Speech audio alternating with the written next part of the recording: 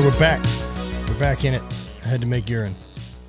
All good. Happens to the best of us. Every time. I'm holding mine. So I can fill up a large bottle of piss and impress you. It's impressive to show off a lot of piss that you could piss at one time. Not many people know that. It's not like something you would make your lady take a picture of. So you guys know out there, one time while we were on a road trip, I needed to stop and piss, and I knew I had a real good full piss in me. And I'm talking like we'd been slamming water for, a lot of hours on this drive. So it's like a couple big refills. Like the bladders got stretched out a few times.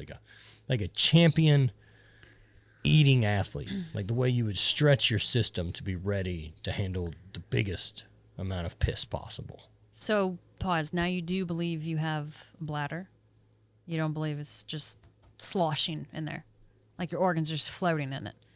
Because for a while, I feel like you were a little skeptical about the idea. Have I ever seen one? I haven't. Have I ever held one in my hands? No. No. Would I rented shoes, take it bowling? Who knows? So? I believe there's a bladder. Probably. Yeah, but your story. But yeah, so I ended up filling up like a 40-ounce bottle full of piss with room to spare. And I just don't understand, like, why... After I piss, there's clearly like this fucking 5-pound jug of piss that I'm holding like a prized bass. Yes. You should be able to see that in me before I pissed it. That's a large thing. Yeah. Where is it? How does it work? That's what I was saying. It's the yellow bile. You would think, if your bladder was just like here on your side and you just saw it just expanding. You'd know when to go piss better. Right. However, your piss seems to be dispersed. I think it's got its own like vascular system. Your whole left leg. The good leg? Oh, the good leg's filled with piss? It's even worse. Oh, no. All right, we're back. Where are we with these questions? We've been getting some good ones. How has technology and social media affected your relationship both positively and negatively? Well, it's how we met. Yeah, so this relationship, not really either. I would say it's a neutral. Like I would say in this relationship, you and I both have pretty solid grounds around social media at this point. Like, because it is such a big part of our job, like there is stress in it, and that stress affects our relationship negatively, but not like scrolling in comparison. And I don't know what other people get caught up with, really. Yeah, I guess I was just thinking about it in regards to our jobs. I'm like, well, it's positive. I'm like, because that's where our work is, and that's how we met, and all these things. But after you said that, yeah, I'm sure there are relationships where there's massive insecurities and wounds that haven't been healed, and people are like, oh, well, you liked so-and-so's picture. Sure. Like, that's the level that this could possibly be or become. Yeah, why are you following this person? Or Yeah. this level of high school bullshit that can really pour out in that setting. And and with that said, I've managed it poorly in the past. You know, I haven't managed it well in previous relationships. And so try to live and learn. Try to not make the same fuck ups I've had in the past. Yeah. And the way I look at it is just positive, pretty much, because that's how we've made friends. That's how this community has been built. Sure, but what about like former relationships? Oh, former relationships. I've had partners that could not handle me having a platform at all. And that clearly didn't work because that was your job. Incredibly, controlling and manipulative on their end. That, unfortunately I didn't see until too late. And then I've also, I guess, dated people that had a larger platform than me, and that was weird. Because of what they did and who they were. So that adds a weird element to it. However, I think you and I are both at a really good spot where we get the game and we understand it. And we understand that app is a tool and it doesn't get any of our emotions. And also that's evolved a lot over the last couple of years. That's what I was just going to touch on. Like, that's been a work in progress too. Because when that is your job and things are going well and there's tons of progress and likes, engagement, shares, all those good things, giving you all those nice little dopamine hits. Yeah, when that shit tapers off or slows down, that can get weird. And we've seen it. And of course, right? Especially when you can directly correlate those likes, shares, follows with your income. Yeah. Yeah. Because they do. Mm-hmm.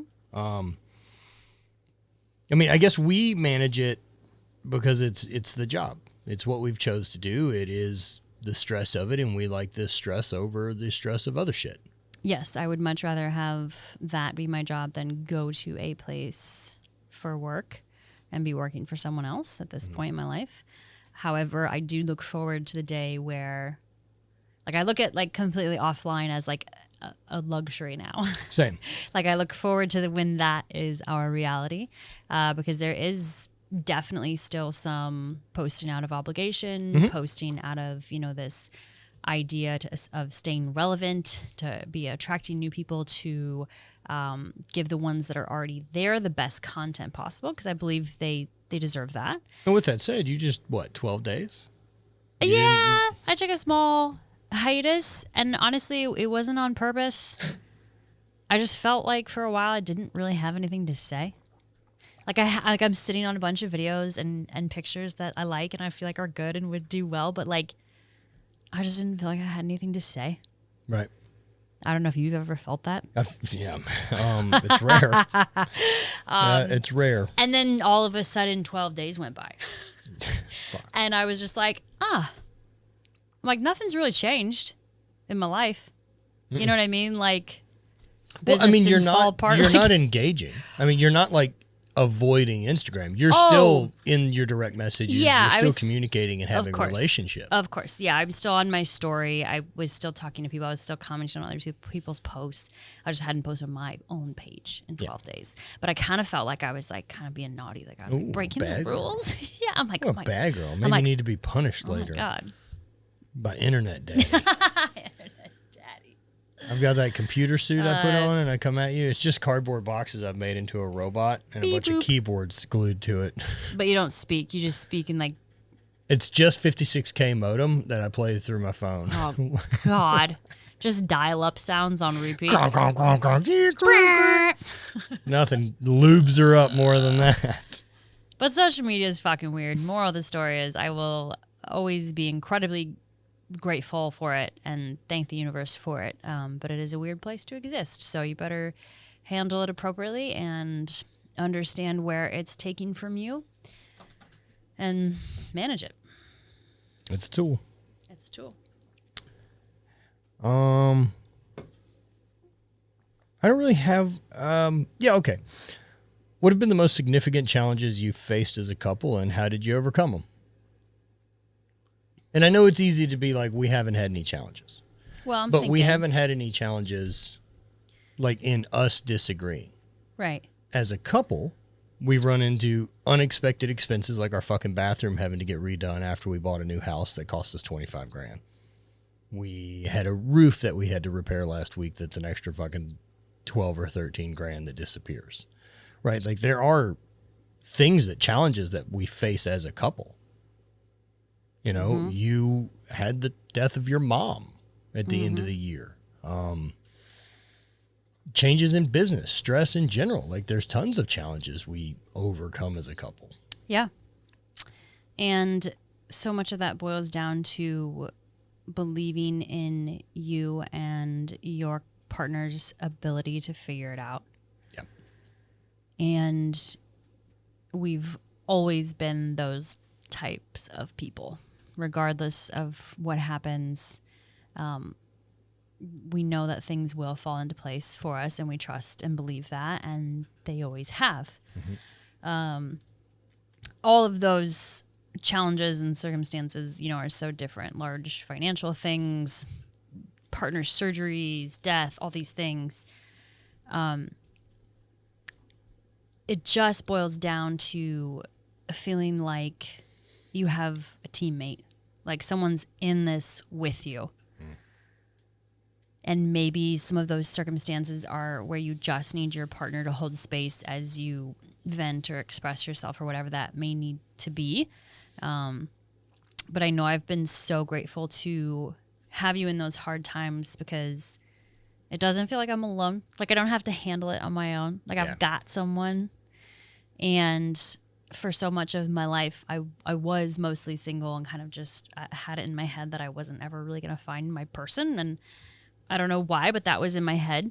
And I can tell you why. It's the amount that you fart. Yeah, not anymore. Never. You cleaned those right up. They're gone. Yeah, my insides are happier now. I was on a serious note, and you had to throw that in there. It's too good of a joke. Was. But yeah, it's very nice to feel like you don't have to handle every major thing just by yourself because someone's always got your back. And that's that teammate mentality that I love and appreciate so much. I do too. And it's also never felt like if I'm pushing for a thing and if I'm really deep in work or you're really deep in work and focused on some change that you're trying to make, I don't ever feel like I'm dragging you with me. Do you know what I mean? Like, No. Yeah. you know, like trying to get, you know, we're really fortunate, right? Like we're both already health focused. We're already interested in eating food that's good for us. Like we're not learning any of those things after 20 or 30 years of bad fucking habits that one of us figures out before the other. Yeah, we've been very lucky to be on the same page, on the same growth focused path for the past couple years. And even when it comes to the not so obvious things like spiritual growth and things like that, we've still been synced up and you are open to anything I might bring to you and vice versa. Well, after you realize nothing's impossible, man, we may as well. Nothing's impossible open the doors. And magic exists. So Yeah, let's so- go. Do with that what you will. Where are we at? How do you manage stress and external pressures while still prioritizing your relationship? It's boundaries. You know, for me, that's boundaries, right? Because I do really love what I do. And I like the challenge of it, and I like what it requires of me. I like the focus it takes. And so I give a real shit about it. And I'm hard on me about it. You are.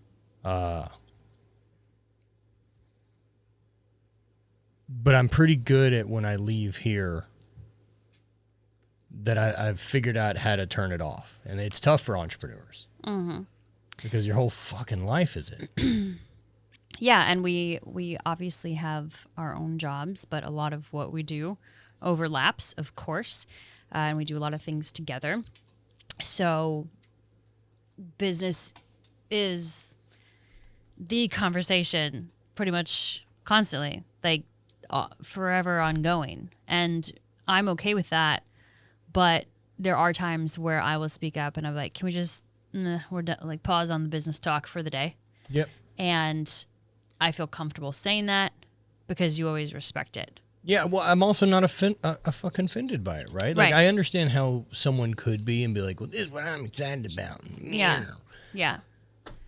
Yo, it's not your dream, right? You're doing your thing. And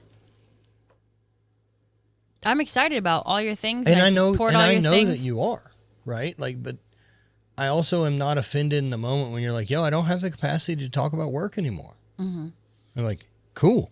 Mm-hmm. My bad. Right. And that's you respecting that boundary. And also, you've never said that if I was really digging into something. Sure. Do you know what I mean? Like, if we were having a real fucking discussion about property or real estate, and like, you're not saying that as like, I don't want to talk about this right now. Mm-hmm. The conversations that are happening are just blathering bullshit. Well, I can think of one thing like you coming home all excited about a retreat that you're planning and who we're going to have involved and what events and et cetera, et cetera, et cetera. And you're coming home and I'm already slowing down and shutting down. And I'm like, okay, do we have to have any of this figured out tonight? Nope. No? Okay. Sick. Let's sit down together tomorrow and talk about this together and make a plan. And then we can deal with that then. Yeah. And you've always respected that. So I think that's important, right? Because if you're not respecting the boundaries, then there's no you point. allow me to be a maniac. Yeah. Therefore, I've got to allow you to do you. I'm not allowed to just overpower you. Which is slightly less mania. Yes. Slightly. You're like a cat. I'm not. I don't know what exactly I'm like, but it's not an animal you should try to keep domesticated I don't sleep in the house. 23 hours a day. You would. If you kept you flat, you would. I know it. You'd be fucking out in a minute. Oh. Not as bad as our son Ollie, but you'd be. Oh. I'd be so overweight. We touched on it a little bit, but I guess we'll go back to it, right? What are your thoughts on pornography in a relationship, and how do you navigate any potential concerns or differences? Yeah, I think it is completely fine and acceptable as long as it's not negatively impacting the relationship in any way. That's kind of how I feel about it too. Yeah, that's how we both look at it. I am not someone that really ever got into it. Matt has had a very different experience with it and enjoys it and will casually watch and not do anything physical, but casually watch just because you like getting like worked up and coming home to me that way. Yep. And that's fine. He has a different relationship with it than I do, and I'm sure lots of people do. So I think whatever works for you and your relationship is just fine. I don't think you should turn it into some fucking weird secret you keep from your partner, because that's right. probably if we're not ideal. Fucking, right, and we're not connecting. Like, I think anything can be used as a tool for connection or disconnection depending on the intention. Mm-hmm. Yeah, if that's taking away from intimacy, if that's taking away from sexual experiences with your partner, or if you're like lying about how much you're watching it, then I think there's probably some things to dive into there. Right. Right? Because now there's stuff that you're hiding, and it's getting kind of sneaky and secretive, and like that's no good. No, that's where out. Shit goes south. Yep. It goes with the lying. Yep. And I mean, even that, right? Like what I think it was some point last year we had talked about it, and you're like, have you ever tried to not watch it? Yeah. And I was like, no. You know, I get shit done. It's not like my fucking life's in shambles. Right. And so I did, right? Like I just didn't for a month. There were habits because it's available on a computer and I spend one at it all day. Mm-hmm. But I would catch it and be like, oh, stop. Mm-hmm. And I don't think I got a shit ton more done that month. I don't have any metric that month that was like, sales were triple. Yeah, like, fuck, there's a problem. Yeah, there's no real measurable difference in business time, how you felt. No, I watched YouTube intimacy. instead. Yeah, you just replaced it with something else. But I do think it's fascinating. I just like boobs. Since you found it at a younger age, I do think that is interesting. Oh, I'm aware of where the roots of all of it stemmed from. It's not a fucking mystery. Yeah, because it seems like a soothing thing for you. Yeah, it's interesting. It seems like a self-soothing thing. Also, there's boobs. Also, I worked in a strip club for cool. 5 years. Yeah. Right, you like titties. I don't mind the seediness of that shit. Right. Yeah. So, whatever. I just think it's interesting. Oh, I do too. It's never, caused any issues for us. We've tried to like incorporate it into the bedroom, but I just can't take it seriously. And it's not like I care. Like to know that all the people are acting and it's just hard. Sure, I get it. It's hard. There's good and bad porn. Yeah. And there's stuck porn. Some people get stuck places, God damn it. Well, and especially if it's like a stepbrother or stepsister gets stuck now. Oh, boy. I don't understand that one. I mean, you do. It's the forbidden fruit the thing. taboo-ness of it, yeah. I get it. Taboo, but not. Okay. Yeah, okay. How do you express love and appreciation to each other outside of the bedroom? Oh, when man. we can't be elbow deep. In butts all day? Am I some type of fucking cow? One of those long gloves Sock on? puppet? I've done that. Oh, yeah. Yeah, I had to artificially inseminate a cow. I've seen it done. It's warm.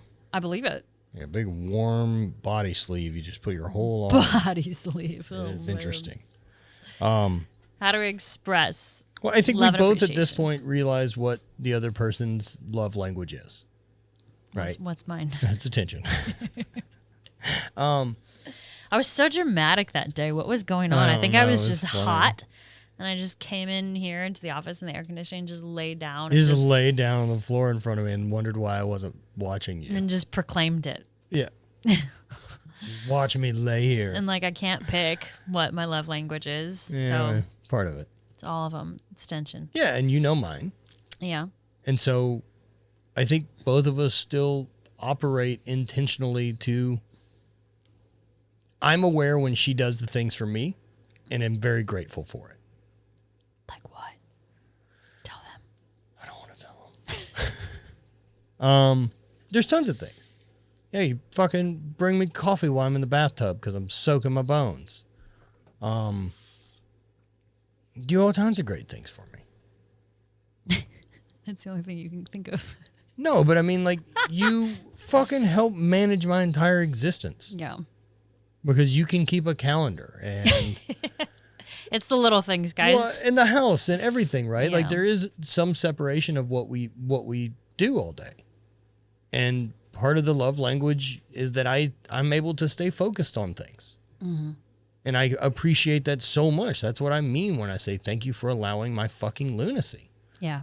Yeah. Yours is really like acts of service, right? So I'm taking care of these things and stepping up in areas where you don't have the bandwidth Right. for. I mean, that's it. And mine is just all the other ones. It's being goddamn worshipped for being so All incredible. of them. All of them, guys. Yeah. I thought it was just physical touch, but now I don't know. I think it's just attention. I mean, don't get me wrong. I fucking like it too. Are you saying nice things? Are you doing things for me? Are you giving me gifts? Psh, Keep doing it's it. all good. Simple stuff. When I walk in the other day and like you and Sean and Josh like all gave me like compliments, like bing, bing, bang. And I'm like, yeah. I'm More like, of that. This is awesome. I have no problem taking a compliment. I fucking love it. Let's go, boys. Keep it up, fellas. Yeah, I walked in. They said I looked like a rock star. I'm like, More of nailed that. it. And then, you know, we touched on it earlier or maybe in a different part of this podcast, but the flirting, like we're always flirting Yeah, constantly. totally. We don't have pants on right now. I've had my toes all up on you. Mm-hmm. Tickle, tickle. Magic toe Vincent, they say. But it's back to that always dating your partner. Like, I don't think either of us have gotten so like comfortable and lazy in our No relationship, fucking like way, where dude. anything has slacked. Like No fucking way. you're my motivation for a lot of things. You know? Same. Yeah. I I want have you to to. constantly impress you. That way you'll want to continue to have sex with me. That's how it Yes. works.